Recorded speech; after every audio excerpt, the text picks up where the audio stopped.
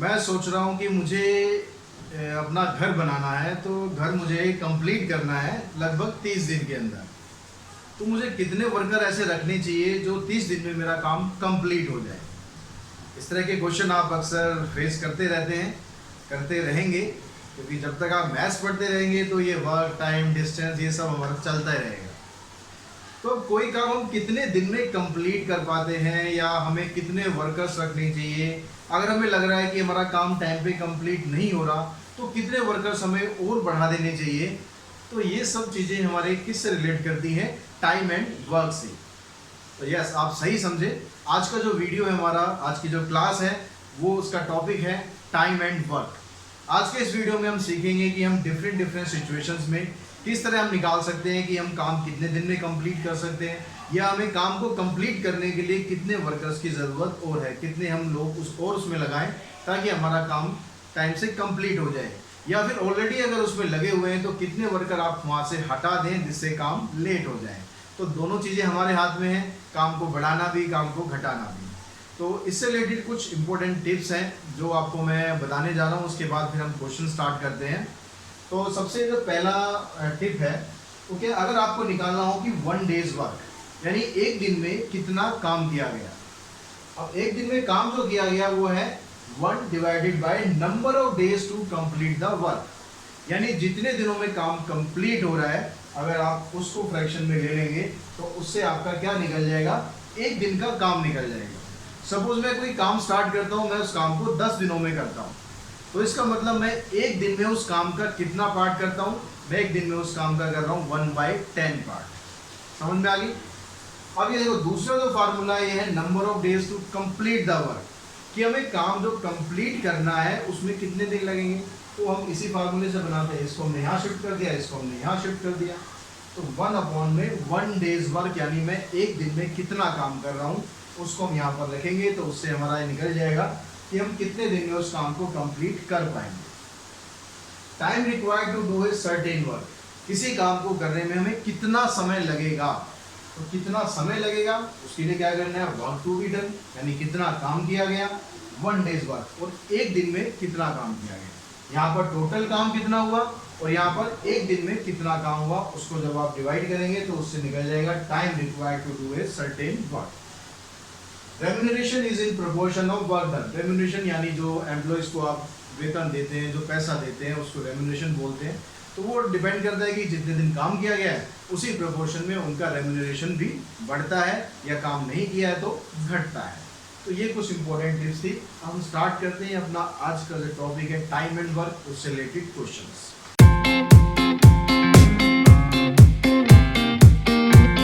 तो बच्चों, हमारा पहला क्वेश्चन है कि Jyoti alone can knit a sweater in 4 days and Meera alone can knit a sweater in 6 days. यानी ज्योति एक स्वेटर को 4 दिन में कंप्लीट कर रही है और मीरा उसी स्वेटर को 6 दिन में कंप्लीट कर रही है। थोड़ी स्लो है मीरा, कोई बात नहीं। How much time would they take working together to knit 1 sweater and 15 sweater. अगर वो दोनों मिलकर काम करें, कुछ हिस्सा सुनीता काम करे, सुनीता ये ना, कुछ हिस्सा ज्योति काम करे और कुछ हिस्सा मीरा काम करे, तो वो दोनों एक स्वेटर को मिलकर कितने दिन में बना देंगी। एक स्वेटर का भी बताना है, और इसी तरह से अगर वो काम करती रही तो 15 स्वेटर वो कितने दिन में बनाएंगी, ये आपको फाइंड करना है। तो अब यहाँ पर देखो, इस तरह के जो भी क्वेश्चन करेंगे हमें सबसे पहले क्या काम करना पड़ेगा? उसका 1 यूनिट का वर्क निकालना है। 1 यूनिट का मतलब, अगर यहाँ पर आपको डेज दिए हुए हैं तो डेज का निकालो, 1 डे का वर्क कितना है। अगर आवर्स दिए हुए हैं तो 1 आवर का वर्क निकालो, मंथ दिए हैं तो 1 मंथ का वर्क निकालो। सबसे पहला काम हमेशा यही करना है। अब क्योंकि यहाँ पर आपको दिया हुआ है कि Jyoti can knit a sweater in 4 days, Jyoti can knit a sweater, Jyoti can knit a sweater in 4 days, यानी ज्योति 4 दिन में एक स्वेटर कंप्लीट कर रही है। तो उसका 1 डे का वर्क क्या है? तो ज्योति 1 डेज वर्क, ज्योति 1 डेज वर्क। 1 डे वर्क कैसे बने बताया था, स्टार्टिंग में बताया था ना वीडियो की। जो 1 डे का काम है हम कैसे निकालेंगे? 1/4 नंबर ऑफ डेज। ठीक है, जब भी आपको 1 डे का वर्क निकालना है तो क्या करना है? 1 अपॉन में, और जितने दिन में काम वो कंप्लीट हुआ है वो आपको नीचे लिखना है।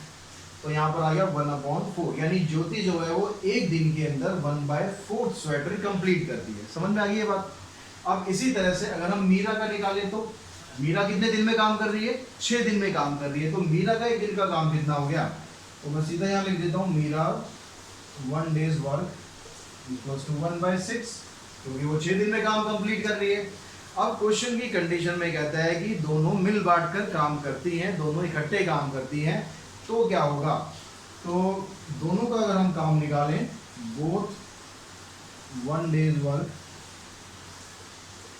दोनों का एक दिन का काम कितना हो जाएगा, मीरा ने एक दिन में काम कर दिया 1/4 जितनी उसकी कैपेसिटी थी, ज्योति ने सॉरी मीरा ने काम कर दिया 1/6 उसकी इतनी कैपेसिटी है। तो दोनों ने मिलकर ये काम किया, काम खत्म होने में कितना टाइम लगा, इसका एलसीएम लेके सॉल्व कर देते हैं। यहाँ पर आ गया 3, यहाँ पर 2, तो 5/12 जो है वो काम उन्होंने कंप्लीट कर दिया। उस काम का 5/12 हिस्सा कंप्लीट कर दिया उन्होंने एक दिन के अंदर। अब यहाँ पर हमें क्या बताना था, हमें ये बताना है कि दोनों का एक स्वेटर कितने दिन में कंप्लीट कर रही है। तो दोनों एक दिन में स्वेटर कितना कंप्लीट करेंगी, उसके लिए क्या बताया था आपको मैंने, तो one sweater has to complete in, अगर हमें वर्क निकालना है कितने दिन में हमने वर्क फिनिश किया, तो आपको बताया था मैंने 1 में जितना काम कंप्लीट किया गया 1 में 5/12, यानी ये आ गया 12/5। तो वो एक स्वेटर को 12/5 डेज में कंप्लीट कर देंगे दोनों मिलाकर। उसके बाद आपसे पूछा गया यहाँ पर 15 स्वेटर कितने दिन में, जब एक स्वेटर हम कंप्लीट कर रहे हैं 12/5 डेज में, तो 15 स्वेटर का अगर हम निकालेंगे तो 15 sweater has to complete in, इसको 12/5 को 15 से मल्टीप्लाई कर देंगे, 5 3 15 यानी 36 डेज। तो इस तरह से वो 36 डेज में 15 स्वेटर कंप्लीट कर देंगे। समझ में आ गया अच्छी तरह। तो नेक्स्ट क्वेश्चन बच्चों बड़ा इंटरेस्टिंग है। नेक्स्ट क्वेश्चन में कहता है कि A can complete 1/5 of a piece of work in 12 hours, यानी ए किसी काम का 1/5 हिस्सा, पूरा काम नहीं कर रहा है, ठीक है, सोचता है थोड़ा सा, तो उस काम का 1/5 हिस्सा 12 घंटे में कंप्लीट करता है। अब बी जो है वो उसी काम का 1/6 हिस्सा 15 घंटे में करता है, ये उससे भी ज़्यादा सोचता है। In how many hours both working together can complete the work, तो दोनों अगर मिलकर काम करें, साथ ही हाथ बटाना वाला फॉर्मूला अप्लाई करें, तो वो दोनों मिलकर इस काम को कितने घंटे में कंप्लीट कर पा रहे हैं। तो जैसे हमने निकाला पिछले क्वेश्चन में कि अगर कोई काम हम 12 घंटे में करेंगे तो हम 1 घंटे में काम कितना कर रहे हैं, 1/12 हो जाएगा इसके हिसाब से। अब उस 12 घंटे में काम कितना हो रहा है, पूरा काम नहीं हो रहा अब यहाँ पर, उस 12 घंटे में काम हो रहा है सिर्फ 1/5। तो हम क्या करेंगे यहाँ पर कि इसका जो पहले वाला क्या हमारे पास ए, तो ए का 1 घंटे का काम क्या हो गया, एज 1 आवर वर्क कितना हो जाएगा, क्योंकि 12 घंटे में वो काम का कुछ हिस्सा कंप्लीट कर रहा है, कुछ हिस्से को भी छोड़ देते हैं, अगर काम कंप्लीट कर रहा है वो 12 घंटे में, तो 1 घंटे में कितना काम हुआ 1/12। अब 1/12 किसका हो रहा है, 1/5 का, क्योंकि काम यहाँ पूरा कंप्लीट नहीं हो रहा, सिर्फ 1/5 कंप्लीट हो रहा है। तो 1/12 ऑफ 1/5, यानी आप इसको मल्टीप्लाई कर देंगे, ऑफ का मतलब आपको पता ही है मल्टीप्लाई करना होता है, ये आ गया 1/60, यानी ए जो है 1 घंटे में 1/60 वर्क कर रहा है। ठीक है, समझ आ गई बात यहाँ तक। उसके बाद सेम ऐसे हम क्या करते हैं, बी का निकाल देते हैं कि बी का 1 घंटे का काम क्या हुआ, 20 1 आवर वर्क। अब ये काम कर रहा है कितने दिन में, कितने घंटे में, 15 घंटे में। कितना काम कर रहा है, 1/6 कर रहा है, तो यहाँ पर आ जाएगा 1/6, इसको मल्टीप्लाई कर देते हैं फिर से, तो ये काम को कंप्लीट कर रहा है 1/90 हिस्सा कंप्लीट कर देता है 1 घंटे में। अब कहता है दोनों मिलकर काम करना शुरू कर देते हैं, दोनों को लग जाता है कि काम भैया अगर अलग अलग करेंगे तो मुश्किल हो जाएगी, काम कंप्लीट ही नहीं होगा जल्दी से, तो दोनों मिलकर काम करना शुरू कर देते हैं। अब दोनों मिलकर अगर काम करते हैं A + B's वर्क या A and B's वर्क जैसे मर्जी आप लिख दो, तो ये 1 घंटे में कितना काम करेंगे दोनों मिलकर, ये 1 घंटे में इतना कर रहा है, ये 1 घंटे में इतना कर रहा है, दोनों मिलकर काम करेंगे, तो इसका एलसीएम ले लेते हैं, 180 एलसीएम आ गया, यहाँ पर 3 यहाँ पर 2, यानी 5/180, 5/180 इसको कैंसिल कर लेते हैं जितना हो सकता है, तो आ जाएगा 1/5 3 15, और 5 6 30, तो 1/36 वर्क जो है ये कंप्लीट कर लेते हैं दोनों मिलकर। यानी अब ये काम को कितनी देर में कंप्लीट कर पाएंगे? Therefore A and B can finish the work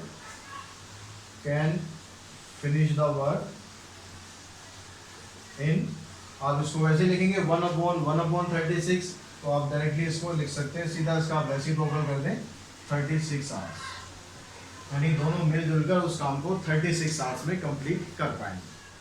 तो बेटा नेक्स्ट क्वेश्चन है हमारा, A and B together can dig A pond in 20 days, यानी A और B दोनों मिलकर अगर काम कर रहे हैं तो 20 दिन के अंदर एक पॉन्ड जो है उसकी खुदाई वो कर सकते हैं। They work together for 8 days and then B leaves the work. अब यहाँ क्या हुआ कि A और B दोनों काम कर रहे हैं, काम करते करते 8 दिनों तक तो उन्होंने काम किया, फिर B का बुलावा आ गया घर से कि भाई मेरे को तो अपने घर जाना है, अपने गांव जाना है, तो B जो है वो 8 दिन के बाद काम छोड़ के चला गया। अब मुसीबत पड़ गई बेचारे A के ऊपर अकेले, तो वो काम करना जारी रखता है।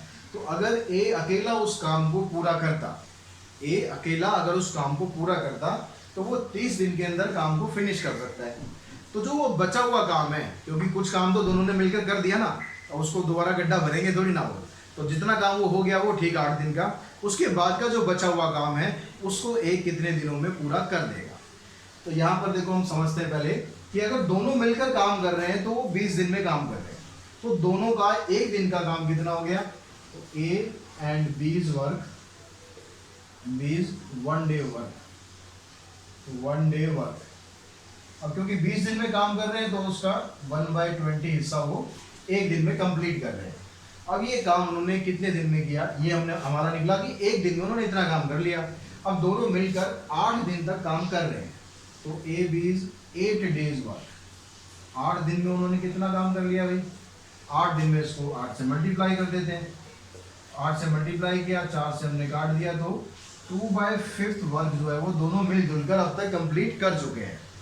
अब 8 दिन के बाद जैसा कि हमने क्वेश्चन में देखा कि B का बुलावा आ गया, B काम छोड़ के चला गया। अब काम कितना बच गया पहले वो देखते हैं, काम कितना बच गया। तो रिमेनिंग वर्क अगर निकालेंगे आप, तो जब भी हम फ्रैक्शंस वाले क्वेश्चन करते हैं और टोटल हमेशा फ्रैक्शन में क्या होता है? 1 होता है, तो 1 में से आपने इतना काम कंप्लीट कर दिया, एलसीएम लेके सॉल्व कर देंगे। अब इतना काम अभी और बचा हुआ है जो अकेले A को कंप्लीट करना है। यहाँ तक बात आपको समझ में आ गई होगी कि अब जो बचा हुआ काम है वो अकेले A को कंप्लीट करना है। तो A की जो काम करने की कैपेसिटी है वो है 30 डेज में वो काम कंप्लीट करता है।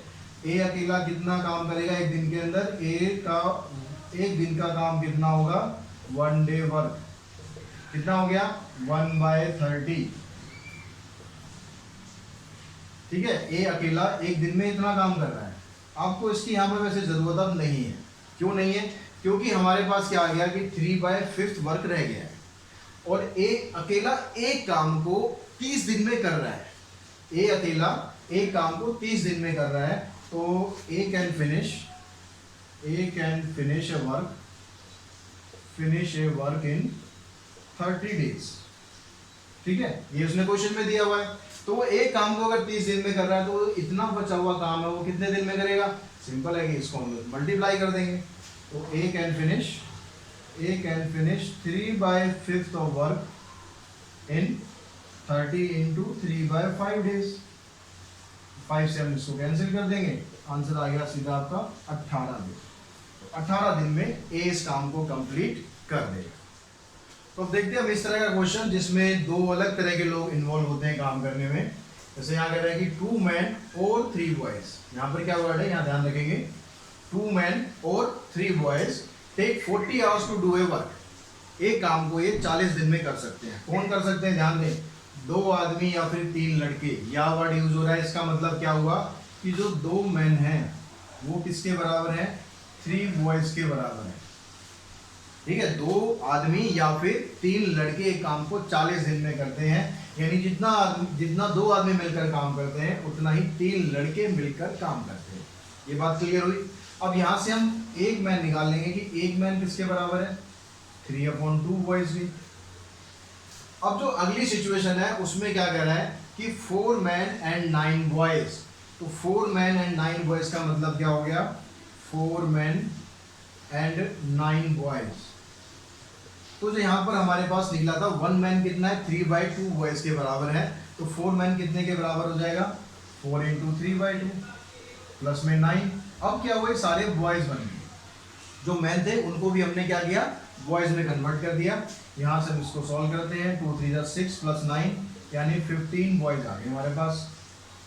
अब हम बॉयज का काम देखते हैं। बॉयज क्या कर रहे हैं, 3 बॉयज किसी काम को 40 आवर्स में कंप्लीट कर रहे हैं। 3 boys takes 40 hours to complete the work. ठीक है, अब हम यहां से क्या करते हैं, एक बॉय का काम निकाल लेते हैं। अगर एक बॉय होगा तो काम कितने दिन में कंप्लीट होगा 1 बॉय टेक्स। अब यहाँ पर क्या करना है, मल्टीप्लाई करना है, डिवाइड करना है। नॉर्मली यूनिटरी मेथड में क्या होता है, हम इस टर्म को नीचे ले जाते हैं, लेकिन यहाँ पर थोड़ा लॉजिक ध्यान रखना कि आप क्या कर रहे हो। आपने यहाँ पर बताया कि 3 लड़के मिलकर काम को 40 घंटे में कर रहे हैं। तो अगर एक लड़का काम करेगा तो दिन बढ़ेंगे या घटेंगे। अगर हमने कम कर दिए, एम्प्लॉय कम कर दिए, काम करने वाले कम कर दिए, तो नंबर ऑफ डेज क्या होगा, इंक्रीज होंगे। तो इंक्रीज होंगे तो यहाँ 3 आपको इंटू करना है। तो 140 आवर्स में काम कंप्लीट हो रहा है। ठीक है, अब कितने बॉयज थे हमारे पास टोटल मिलाकर, जो सेकंड सिचुएशन थी 4 मैन और 9 बॉयज थे, वो हमने निकाला कि वो 15 बॉयज के बराबर है।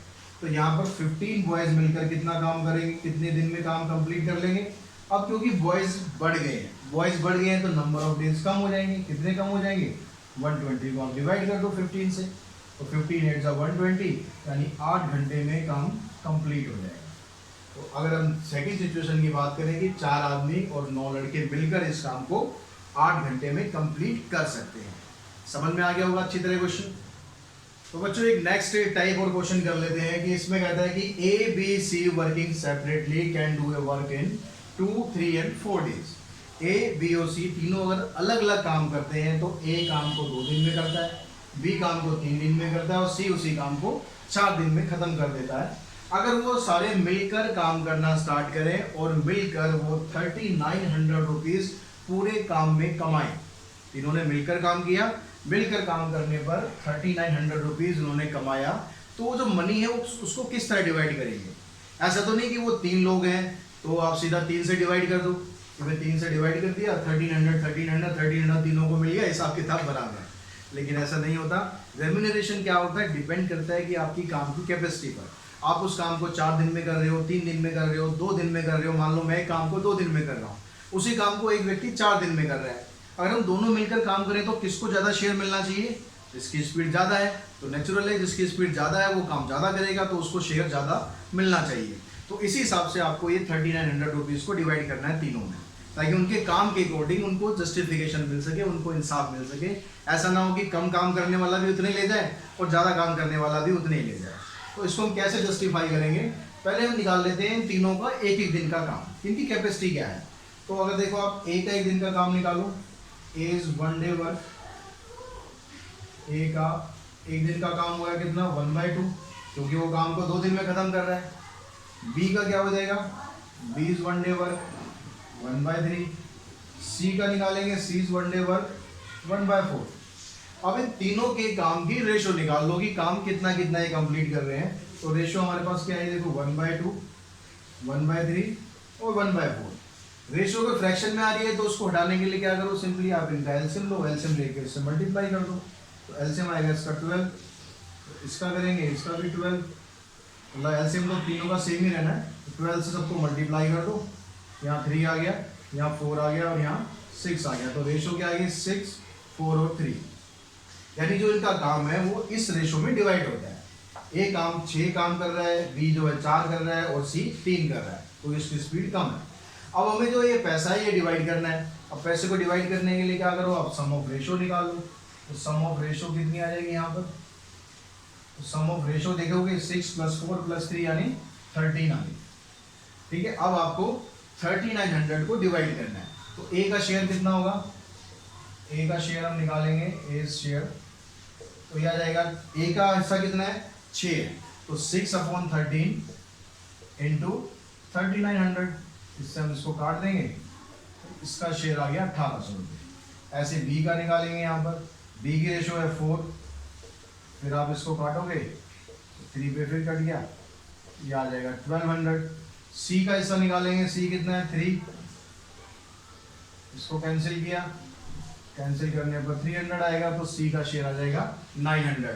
तो इस काम के ए को मिलेंगे 1800 रुपये क्योंकि वो काम ज़्यादा कर रहा है, बी को मिलेंगे 1200 रुपये, वो उससे कम काम कर रहा है, और सी सबसे कम काम कर रहा है, इसलिए इसको मिलेंगे 900 रुपीज़। तो आई थिंक इन जो मैंने क्वेश्चन इस वीडियो में अभी तक कराए हैं, इन सारे क्वेश्चन से आपको टाइम एंड वर्क का जो कंसेप्ट है वो समझ में आ गया होगा कि किस किस तरह से आप इनको यूज़ कर सकते हैं, कि टाइम आपको बढ़ाना है, टाइम घटाना है, या एक आदमी कम हो गया, एक आदमी ज़्यादा हो गया, तो किस तरह से आपको इनके आंसर्स फाइंड करने हैं।